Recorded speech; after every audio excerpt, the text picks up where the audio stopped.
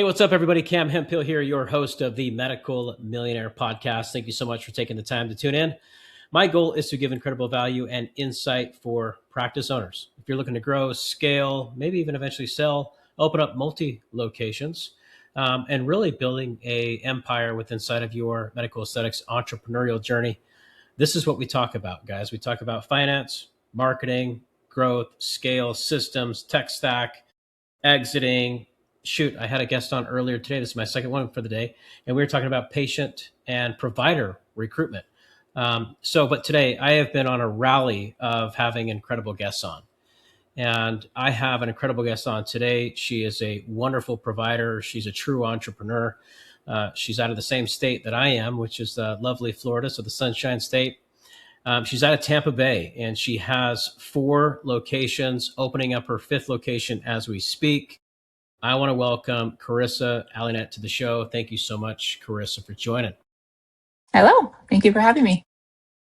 Yeah, hey, I know that we tried booking this. I know that you're super busy. You are opening up your 5th location. You're a PhD, nurse practitioner, master injector. And, this is a very rapidly fast-growing practice that you have. You've been recognized as a top 100 injector. I mean, I could just go on and on with the accolades, but it didn't start there, did it? Can you walk us back in the journey, right? So this has been a journey getting up to this point. Walk us back. Tell us about the story, the origin, the history, and leading up into where we are today. Yeah, so this was definitely a long journey. I didn't start at the top. I started at the very bottom. But basically over 15 years ago, I was a single mom with 2 kids, no job, no money.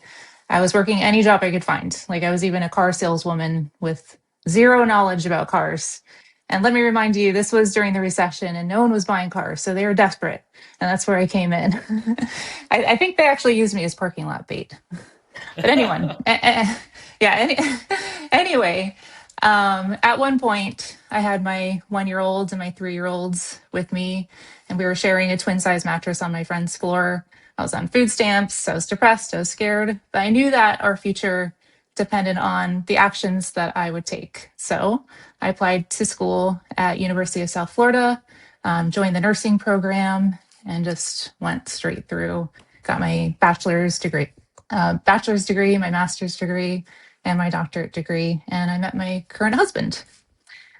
So once I became licensed, I found a part-time job working at Living Young Center. And over time, my boss asked me if I wanted to basically partner with her and take over one of the offices that wasn't doing so well. So at the time, I was like, this could be either a terrible idea or a really great idea. But it was an opportunity, so I just went with it. And over time, it just grew really quickly. Every year, the numbers just doubled, and we partnered on everything. We opened up more offices together, and here we are. That's impressive. It's you don't always hear about the struggle, what it takes to become a success story. And there's a couple things that you noted there. If it's okay to go back, this was 15 years ago, right? That's not that long. Okay, it is, but it isn't. Yeah, it was a little over 15 years ago.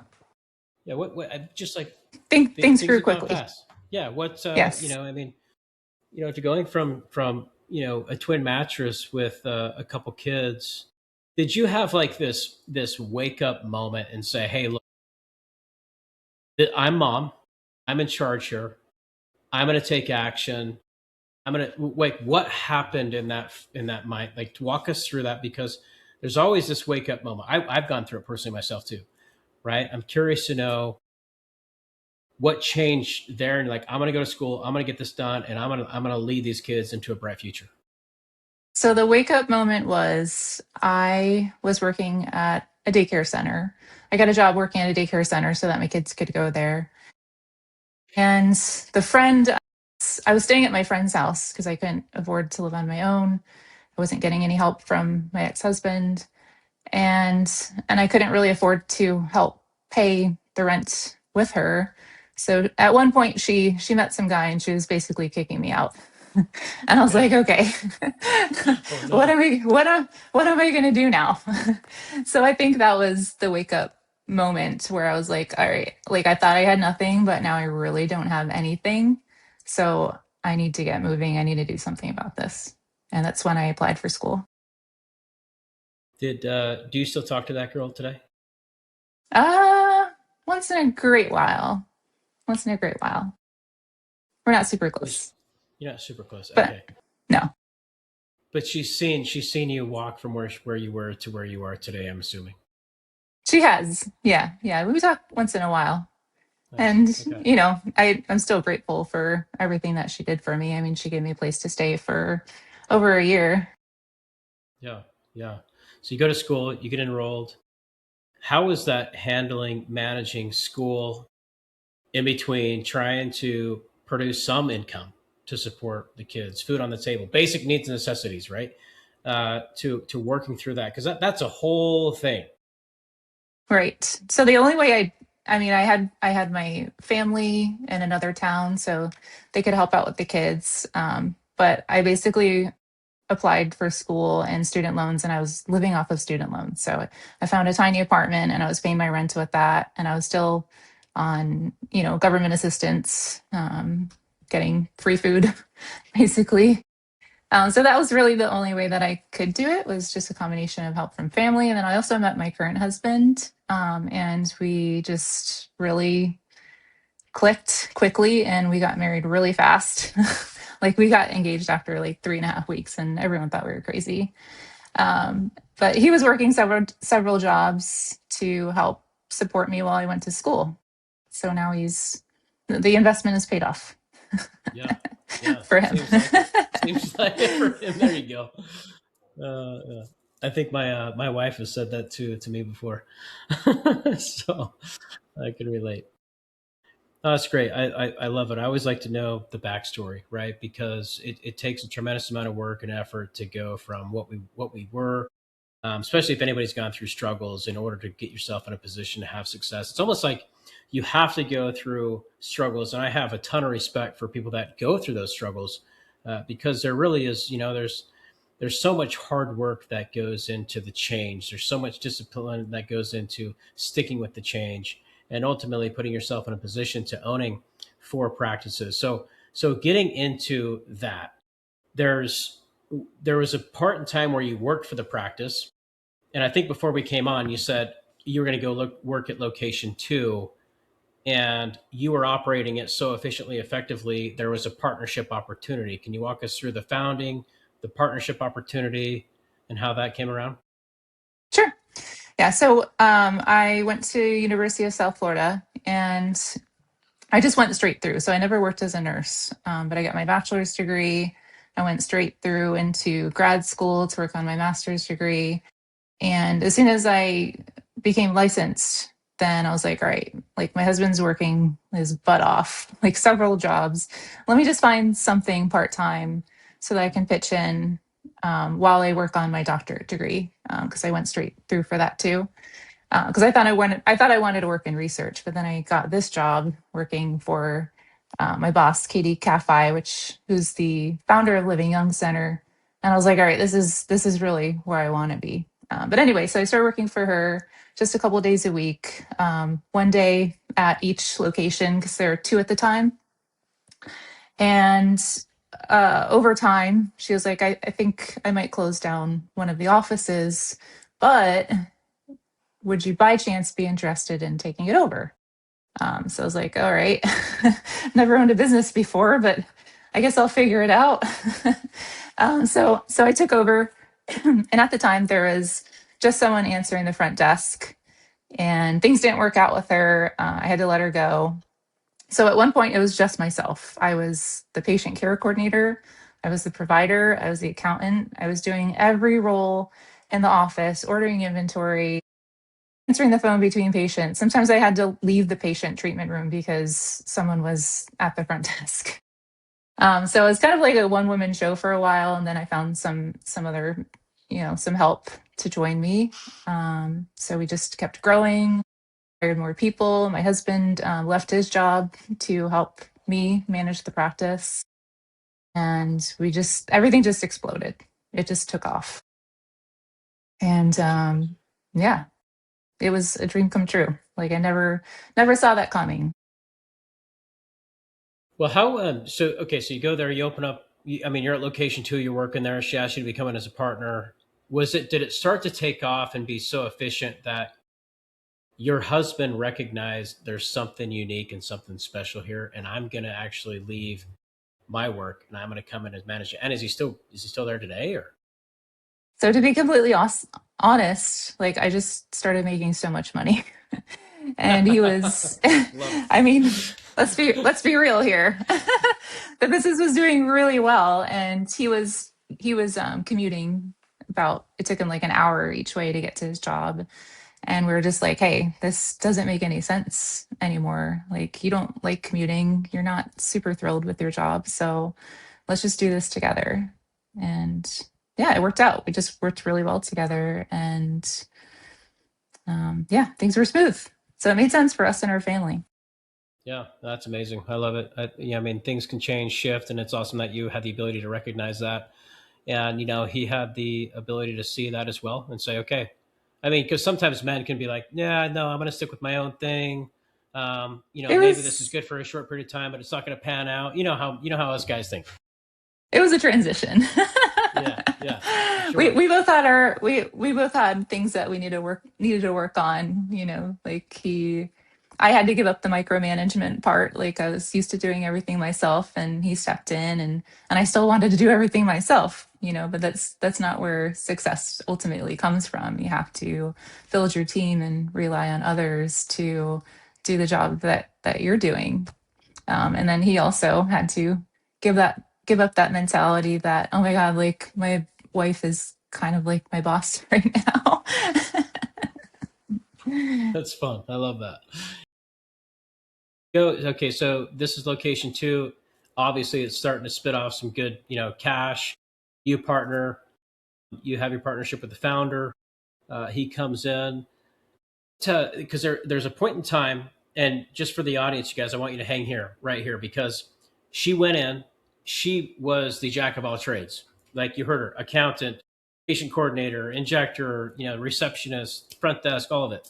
A janitor, probably, right? So, but then her husband came in, and she's like, okay, I have to delegate things to him so I can focus on other areas of opportunity. That was probably that aha moment of, oh my gosh, we can scale this thing. So I want to know about what systems did you and him put in place at location two specifically in order to systematize things, because that's probably what put you in a position to open up location three, four, and let's go to five. Right. So a lot of the systems that were put in place, not only by him and I, but also from my business partner, Katie, we're just making sure that things were consistent across offices, making sure that all the all of our providers were very well trained and skilled and were producing good outcomes, making sure that consultations and treatment plans were being done, and being done really well, because it's obviously super important. Um, just yeah, I have to think, because I mean, we put so many things in place to get to where we are. Yeah, just Well, I think it's a forms, hard thing. documents, processes, protocols are huge. Like we didn't really have protocols in the very beginning. Back then things were kind of like the wild west too, right? It wasn't as developed as it is now, as far as trainings go and education and all of that. Are you guys all on the same technology stack, like the same EMR, the same CRM, the same? Is it across the board? Everything's on the same Yes. systems. Okay, so it all Yeah, rolls up into one everything is environment. super streamlined. We also partnered with another group, Advanced Metastatic Partners, back in 2023. So that's really helped too. That's really helped us with our growth. When you guys partner with them, how many locations were you at? We had two, and we were in the process of building two more. So now we have four, and we are working on our fifth, which should be finished by the end of the year or the beginning of next year. Okay, yeah.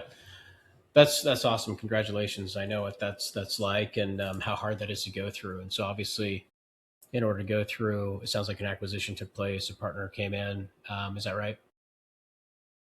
Yeah. Okay. So that's, look, guys, we talk about partners coming in, equity firms, public equity, private equity, strategic investor groups.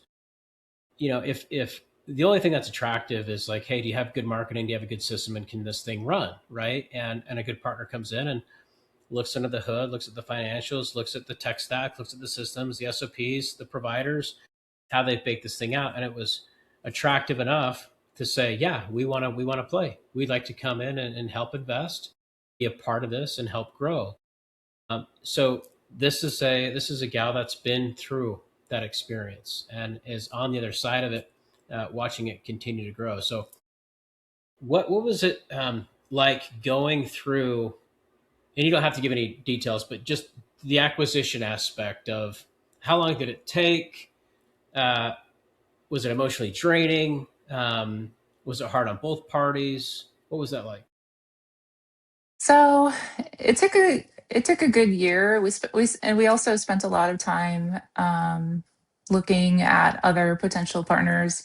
I call it like you're dating, right? You're going on dates with these other investors, other groups to find the right fit, because not everyone has the same mindset as you. So you're basically looking for partners who are kind of on the same page as you, partners that you can trust, and partners that you believe in. So we probably met 20 different groups before choosing AMP. So it was a long process. It was kind of stressful because we're like, oh gosh, like, are we making the right decision? Like, this is huge for us. So it was stressful for sure, but in the end, ended up being worth it. I love it. Okay, you interviewed 20. We went on 20 That's a dinner list. dates. Yeah, 20 Yeah, dinners. It was a lot. I think I gained a few pounds over those few months. yeah. Well, it's one thing for the potential investor to do diligence on the practice. It's a complete other thing to do diligence on the partner that's Oh, coming in, that's 100%. going to. I mean, you have to do just as much diligence on them as they're doing on you, and really drive that home. So, most people don't do that. I don't know if you realize that or not, but most people get excited because there's stars, right, of dollar signs, and that can Right. distract you a little bit. Absolutely. Yeah. And that comes into play too. Some groups are going to offer you something way better than someone else, but maybe whoever someone offering you a little bit less, feels like the right fit.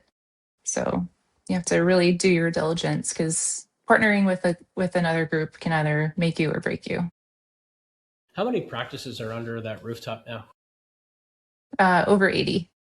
Is there 80? Yeah, it's grown pretty quick. Over 80. Yeah. Hmm. Yeah, yeah. Okay, so do you guys have like quarterly meetings or summits or meetups or? Yep.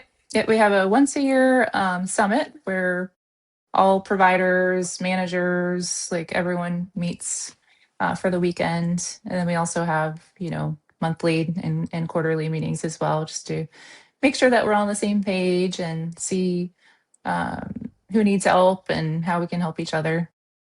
So And it's do it's you? a community. It's a community. You guys probably have like your communication portals, and if somebody has a question, or how do I handle this, or what is best practice to handle this? Does it feel like you have more of an extension of a community and support at this point in time? Absolutely. Absolutely. Yeah.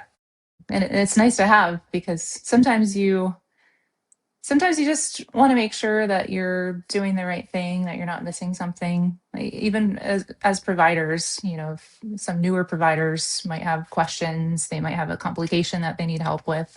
So you always have someone to bounce ideas off of and ask for help. What was the when you went through that transaction? I've been through two transactions myself personally, and I sold to a strategic investor group. LOI was 7 months. Quality of earnings, it's expensive. Attorneys, CPAs, back and forth, emotional up and down. For you and your partner, Can you talk about some of the challenges that it takes to go through something like that? Uh, we wait. Can we cut? Are we able to cut this?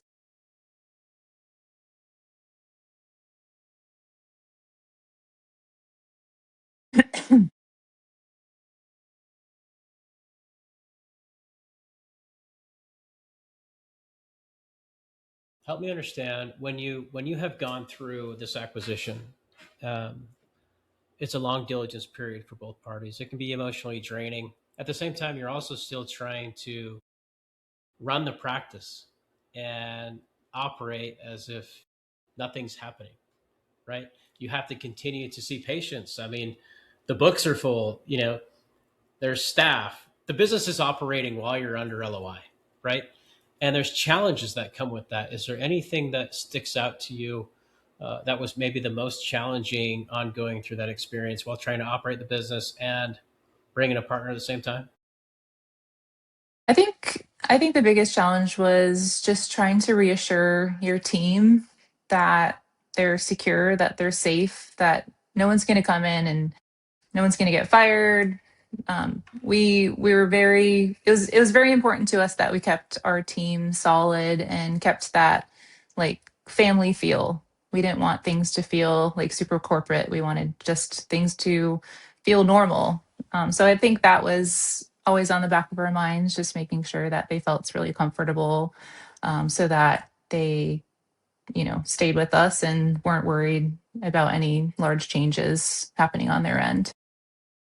Yeah, yeah, it can be mentally exhausting, right? There's a lot of asks going back and forth while you still have to actually perform. In fact, most investors, diligent investors, especially a company of that caliber, is going to want to see continued growth during diligent phase, during LOI.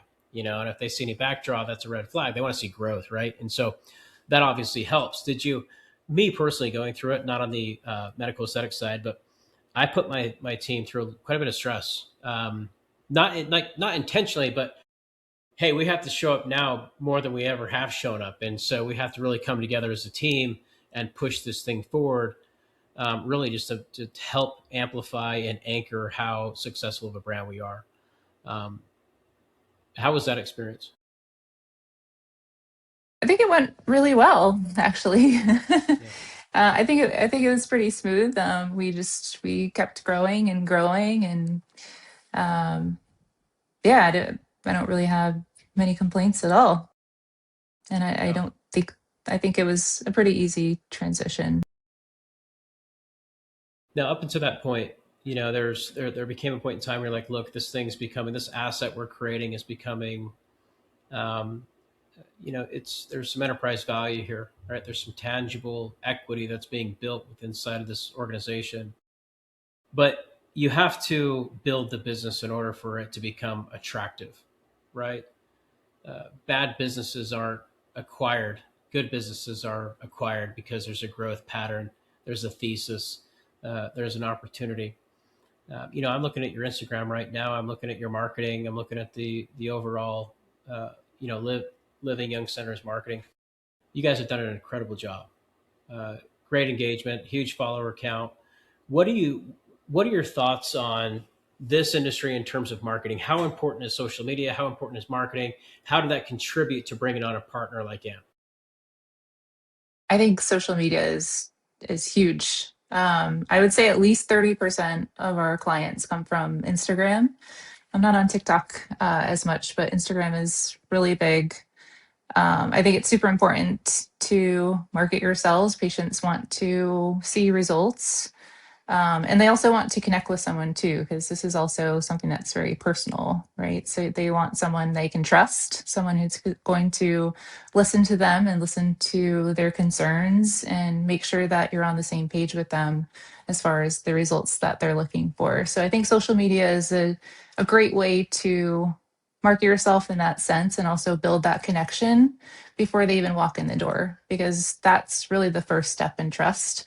I get a lot of clients from Instagram who come in who already feel like they can trust me. So it's kind of an easier process when they come in. The consultation is a little bit faster, and just yeah, it just makes everything easier. So I think it's really important for providers to keep that in mind, that you are you're earning clientele that way, and it is a lot of work for sure. Like I feel like it's like a second job, for me, but I also have a lot of fun with it too. Like we do. I'm not just posting before and afters. I'm posting like things about my family or silly little videos that we make, and it really goes a long way. And it's the cheapest way of advertising. Like you don't have to spend anything doing that. We've spent a fortune on billboards and things like that in the past, but social media just trumps it all. That's your number one ROI. Yeah, I agree. I mean, I look, I still constantly hear providers saying, "Oh, I don't feel comfortable on camera. I don't know. What if somebody judges it, comments, I'm vulnerable." I'm like, look, you are in the business of vanity. You're in the business of beauty. You're in the business of transformation. This is a Right. wonderful place, and trust, right? Trust, and like you said, a great point is people feel like they already trust you before they're in your console. That they've already socially trusted you. And that's really something that's hard to get past in the beginning because you're so self-conscious about what you might look like on social media. You want your hair done perfectly, you want your makeup done perfectly. You're afraid that people are going to judge you, and that really prevents you from growing your page. Once you let that go and you're just being yourself, then things move a lot faster, and you're posting a lot more content, and people feel like they can connect with you more because you're being yourself, you're being genuine, and you're not trying to be something else. Are you running your social media page currently today? And it's when the content that you put out there, right? Your content's wonderful. The engagement's off the charts. You guys, you got to go follow her. It's Injector Carissa. Um, she's got 75,000 followers, and shoot, we have 92 mutual followers, by the way. Um, yeah, it's a lot, and so it's it's looks to me that you are contributing to a social media strategy with intent. There's intent behind your content. Can you talk to us about the intent behind it? So I actually do a lot of research on the Instagram algorithm, how it works to make sure that I'm getting enough engagement and reach. Because if you're not doing that, then it's not going to go very far. And I try to think from a patient standpoint too, like what questions I would have that I would want someone to answer for me. So it's not all about before and after pictures. It's also a lot about education, and I think that's huge right now because patients want to learn more about this and learn more about what they need and how these things work. Um, so so that's something that's always in the back of my mind, like pretty much every day is what would I want to see as a patient. Yeah. Yeah, I completely agree. I think if you put yourself in the mindset of who your audience actually is and what do they want to hear, you can, I mean, even with some AI stuff, right? It can really give you some ideas and topics, and you can obviously cross reference that with algorithm changes, which is constantly a battle that we're up against. So I love that. I don't hear too many people say, I do a lot of research on the algorithm, on the reach, right? And if you're intent about that, what you're putting out there, obviously that's going to help with growth, engagement. She said it herself: 30% of bookings come from social content. And so, what is the cost per lead on that? I guess the time that she puts in to do it. What is the Right. patient acquisition cost? Like it's beneficial to the patient, beneficial to her.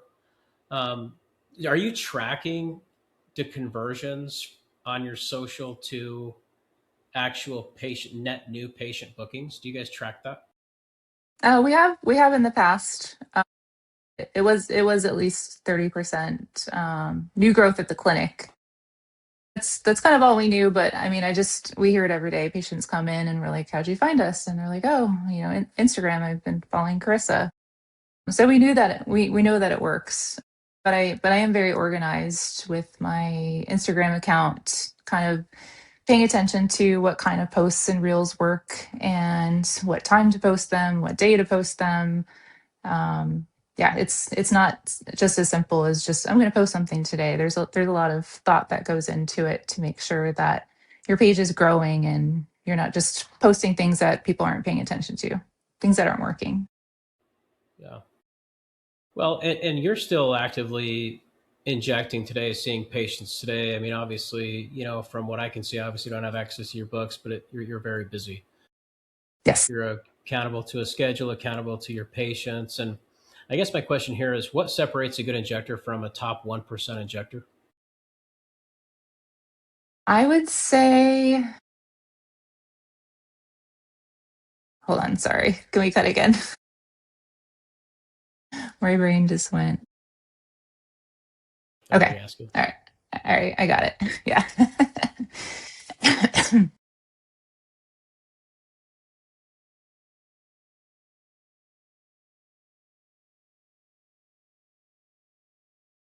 Just let me know when we're good to go. Yeah, let's go now. Look, obviously, just me looking through the lens of your social, to me, you're busy. You're still actively injecting, seeing patients, all the treatments and transformational work that you're doing with patients. It seems like you're very active. Obviously, I don't have access to your books. But to me, I would say, okay, you are a top 1% injector, right? Obviously, you're a top 100 candidate, you're a top 100 award receiver. What does a good injector, what separates a good injector from a top 1% injector?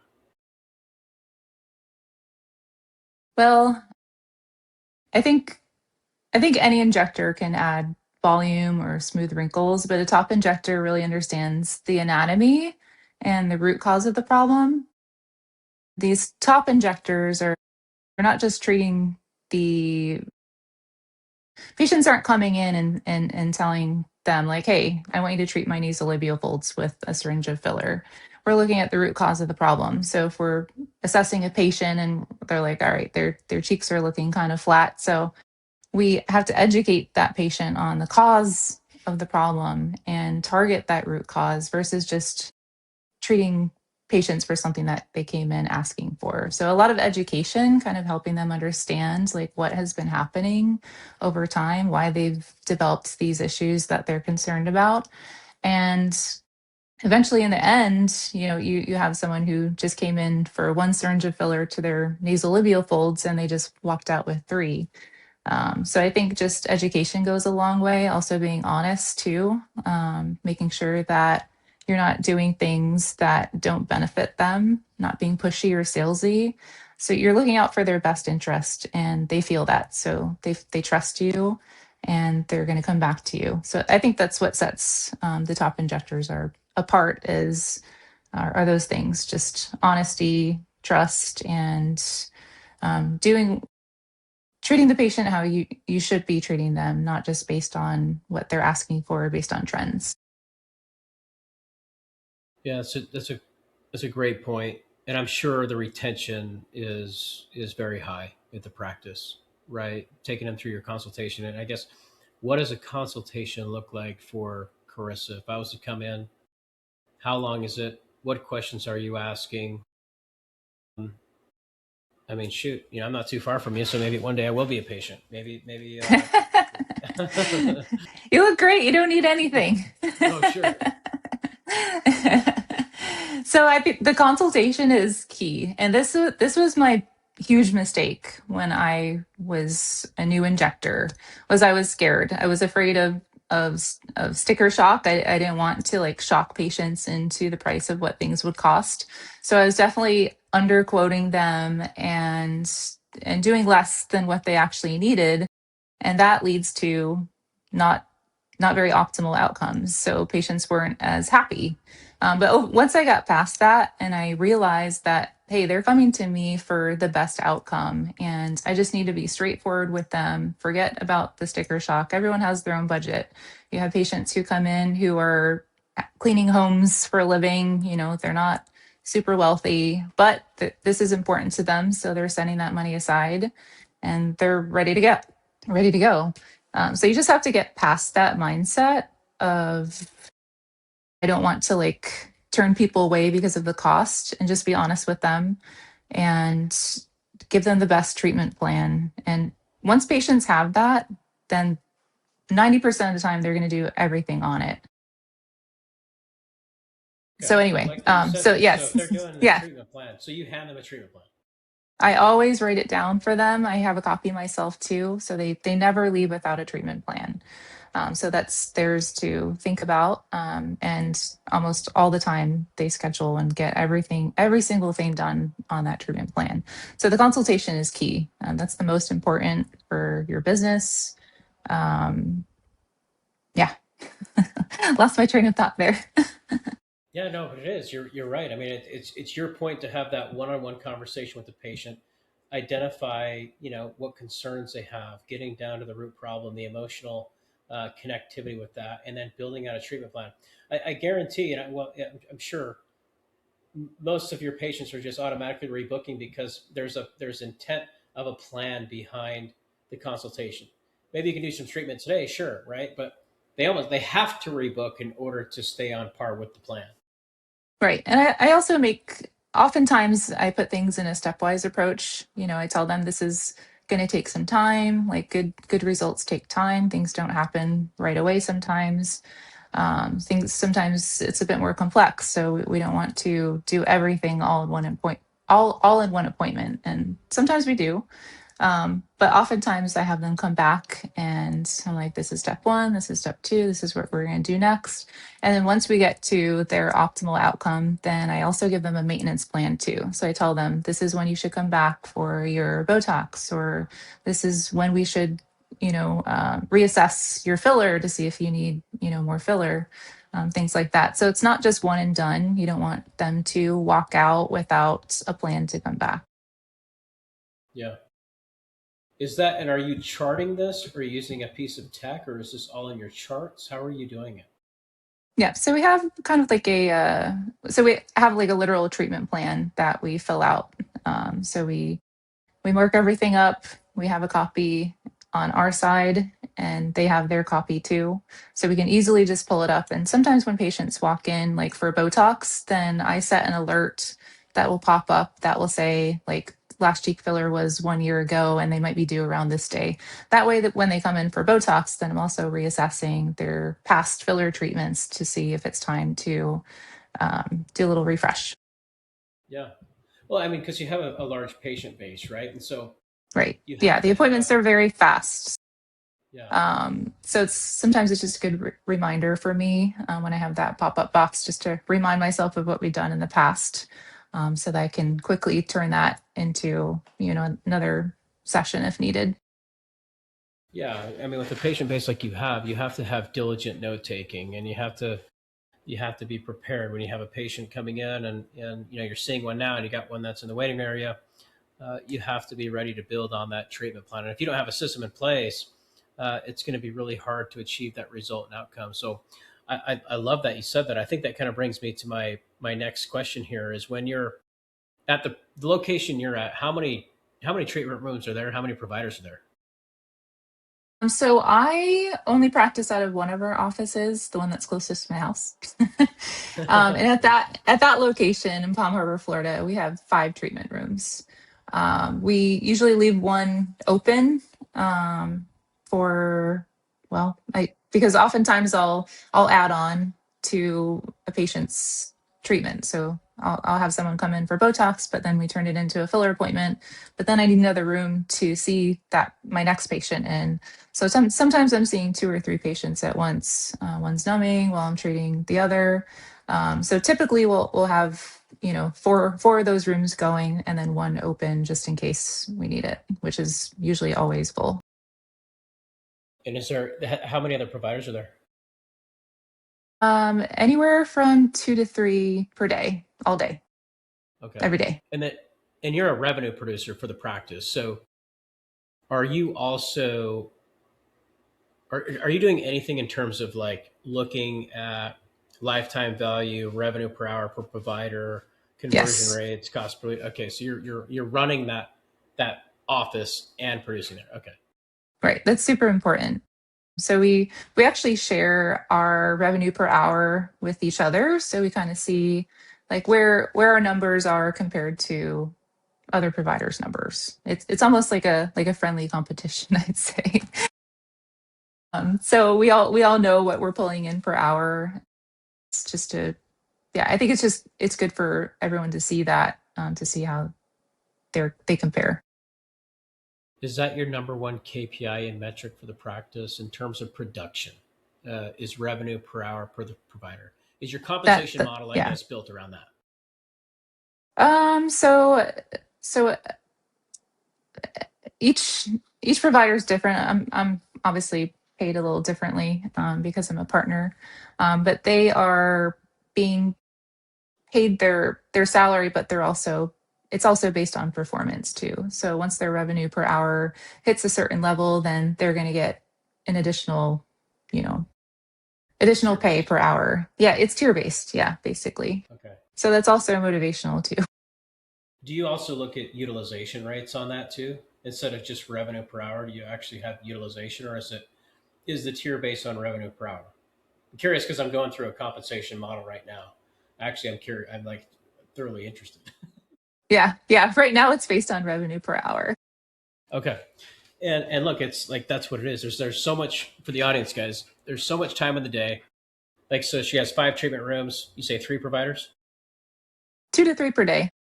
2 to 3 per day. Okay, so let's just say three providers. There is 5 treatment rooms, right? There's 8 hours in the day, so there's 24 hours to sell in that single day, right? With 3 providers. That's Right. how I want Yeah. you guys to start thinking about it, right? Is how many treatment rooms, how many hours are in the day, how many providers do you have, and how is their contribution hours to the efficiency of the hours available? And that's extremely important. In fact, I was going through an exercise recently with a practice where RPH was high. I had two providers. Both of them were over 800, which I'm like, okay, in their market, I'm pleased with it. I think in other markets that could be much higher. However, utilization was completely different, like completely different. And so really it was easy to sniff out. Okay, well, one is just not wanting to participate as much as the other, right? And I'm curious to your take on this, Carissa, being a partner, owner, provider, producer, is how do you ask a provider, or maybe this has to do with the recruiting aspect too. How do you ask a provider to participate at full capacity? Because we want them to be productive. It's like there's a lot of part-time providers out there. It's like how have you built that at your practice? So we've never hired part-time providers. It's always been full-time providers. I think that's really important because one, you don't want to share a provider with a competitor because you don't want to share your patients with your competitor. So it's always been full-time. We do look at the utilization rates, and if we see things are a little on the low end, then sometimes I'll step in and I'll be like, hey, how can I help you? Like, do you need a little bit more training on something? Like, do you feel like you need my help at all? So we do work on that. But one thing I do want to mention also is also the room utilization rate as well, because in the past we used to offer some skincare services that weren't very high. The cost of goods was too high. We just weren't pulling in as much revenue, net profit basically off of those services. So we ended up taking out some of our services so that we could use that room for something more profitable, like injectables. So I think that's important that you look at that. Sometimes I look at other spas that are using a room for massages or something like that. I'm like, all right, you guys are pulling in like $80 an hour for massages, but you're blocking the room that you could use to pull in $1,500 an hour in injectables. So I think that's something that some practices might not be thinking about is how to utilize your space the best. I'm so glad you brought that up because I think that their mindset, Carissa, is, well, yeah, but they're going to come in for a massage, but then I'm going to get them to become an injectable client as well, right? And sure, I mean, I guess you could bring them up into that environment, but at the same time, that room is stuck producing $80 per hour, right? You can only have so many people Exactly. getting a massage in a room, right? So Right. yeah. Yeah, And I like and that you I said mean that. that's how we were thinking, for a long Yeah. time. We're offering basic facials. We had specials where people were coming in for like a $75 facial, but sometimes I needed that room. Like I had another patient that I could have been treating because I'm fully booked. Once we realized that, then our profit grew even higher. Are you offering biologics yet? Biologics like I'm not a provider. I'm not in the clinical background, but I've just heard biologics is really effective on fillers, injectables, and adding them to the treatment from a longevity standpoint. are you talking about like peptides? No, no, it's I think it's an injectable that some of these providers are doing after like a neurotoxin or a filler treatment. I'm not sure which biological. Are you talking about like PDGF or something or exosomes? Exosomes. Ah, yeah. So we do offer some regenerative treatments for sure. Like we do have a lot of services where we call it like or your one-stop shop for looking and feeling good. So we have aesthetic services like injectables. We also have some skincare services like microneedling. We do Morpheus, and we do have those add-ons like PRP, exosomes, things like that. And I think that's also something that's really important to build into the patient's treatment plan because they're coming in to talk about Botox and filler, but you also need to give them that mindset that they still need to take care of their skin. Like the Botox and fillers aren't the end all. You need to take care of your skin over time and put your skin under the best conditions so that you can age better. So we do offer those services. I think it's really important to kind of like cross market the services that you do have and not focus on one thing when you're giving a consultation and treatment plan. Yeah, yeah, I would agree. I mean, and you guys are you guys into peptides and GLPs and wellness as well? Yeah, yeah, we offer GLPs, which the two go hand in hand, right? And you have patients losing a lot of weight, they're losing their cheeks, so then we're replacing the cheek volume.